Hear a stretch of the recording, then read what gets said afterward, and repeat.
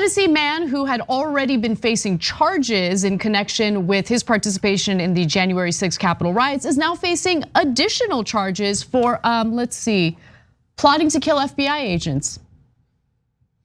Great idea, except it's not. So according to an affidavit, Eric Kelley and Austin Carter had a list of names of 37 law enforcement members to assassinate. Now, Austin Carter later turned on Edward Kelley and became an informant for the FBI. He did end up getting arrested anyway, though, which we'll get to in just a moment. But the list noted which officers were involved in Kelley's arrest in May in Knoxville, Tennessee, on the January 6th related charges, or present during the search of his home. And it included some of their phone numbers, according to the affidavit. An acquaintance of Kelley and Carter gave the list. I apologize. So he's the one who gave the list. The acquaintance of Kelley and Carter gave the list to police and began cooperating with investigators, according to the affidavit. So Kelley and Carter, luckily, are in detention right now. They're in custody, and they are facing some very serious charges, including conspiracy, retaliating against a federal official, interstate threats, and solicitation to commit a crime of violence. And Edward Kelley was really front and center when it came to the Capitol riots. In fact, take a look at this video where it shows just how front and center he really was.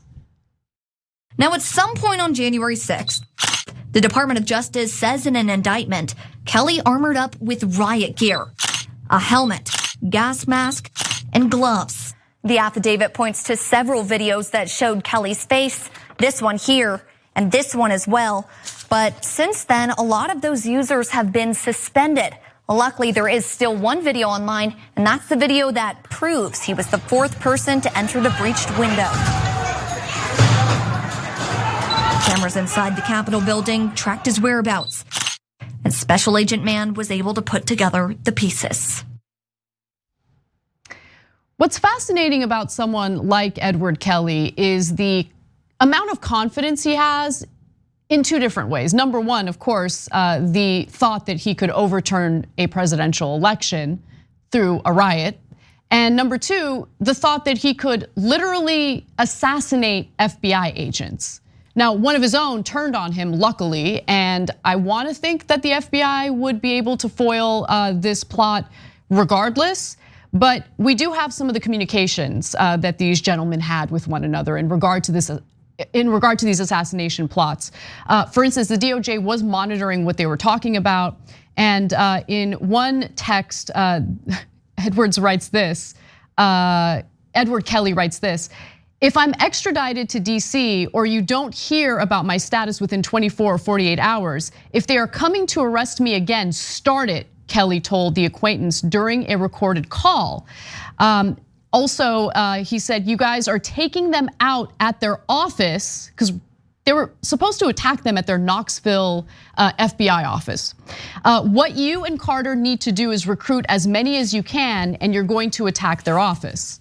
And then there were some other messages that I thought were interesting. When the acquaintance asked if Carter was in support of part of Kelley's plans, Carter told the individual that this is the time, add up or put up, and to definitely make sure you got everything racked, locked up, and loaded. I mean. Yep. But that's what they told him to do. So look, let's be clear about this. Sometimes we say things on the show that are so obviously true that no one else says, that makes you go, wait, well, that is weird. Why is nobody else saying that? So when they say rise up against the tyrannical government, who do you think they're talking about? They're talking about FBI agents, military, and cops. The right wing, when they say, hey, you need the Second Amendment to fight against the tyranny of government. What do you think fight means? We're talking about the Second Amendment, so it means weapons, guns, to shoot and kill. In this case, not hunting, to shoot and kill people. And it's the government. Who in the government? Again, FBI, military, and police. So the right wing has been telling its followers to get ready to murder the cops and the military for decades. But the rest of the media just ignores it, like, oh, it's normal. You don't want to offend Republican voters. the sacred Republican voters. You don't want to offend them when they're talking about murdering government officials. No, I do want to offend them. I offend them with the truth of what they're doing. So when this guy goes to murder FBI officials, that's a relatively logical conclusion to come to if you're a right-winger. Because all the right-wing media and politicians have been telling you your whole life, you should get ready to murder government officials. And he's like, well, I don't get it. I did it. I did what you told me to do. I attacked the Capitol and I was ready to fight against government tyranny with my Second Amendment rights. Where did I go wrong? So hey, right-wing politicians, tell them where we went wrong. Because you've never said it before. You never told them, don't actually use your weapons. Don't actually murder government officials. We were just egging you on. We were just lying to you and getting you all excited so you'd vote for us so we'd have more power to pass tax cuts for the rich. Well, what's also interesting about this is in this current for-profit media landscape, sensationalism is everything, right? I mean, that's how you get eyeballs to watch your broadcast or to read your paper, whatever it is. And so when it comes to what constitutes a tyrannical government, I mean, think about that. There's this assumption that the majority of the people will be in agreement as to what a tyrannical government is. Great point. Right, but obviously there's sensationalism in right-wing press in regard to the government, especially if it's under the leadership of a Democratic president or if Democrats have control of both, the House and the Senate. So automatically you'll hear the cries about, oh my God, this is authoritarian, this is tyrannical, this and that. I hear some in the mainstream press say similar things kind of when it comes to, like, let's say Republicans in charge. And so it's just a recipe for disaster, really. Yeah, no, that point is so good in so many different levels. So number one, think about what the different forms of tyranny that they talk about, right? Like, I mean, for the right wingers, first of all, anything is tyranny. Obama wore a tan suit and likes mustard on his hamburgers. Tyranny, government, tyranny, murder. I mean, Second Amendment rights against tyrannical government, right? Okay, then there's their actual issues where they think, oh my God, they stole this, and they genuinely believe it. They stole this election from Trump. Man, I mean, if the end of democracy isn't the beginning of tyrannical government, what is? So that guy who probably genuinely thought that Trump had won, but he was robbed by Biden and the pedophiles or whatever lunatic theory he began to believe because the right wing kept pushing it out. So he thought, yeah, this is me fighting against the tyrannical government, right? Now think about this other layer to it. Now we think as people on the left that there is tyrannical government. That comes from Republicans who say, women, you're not allowed to control your body anymore.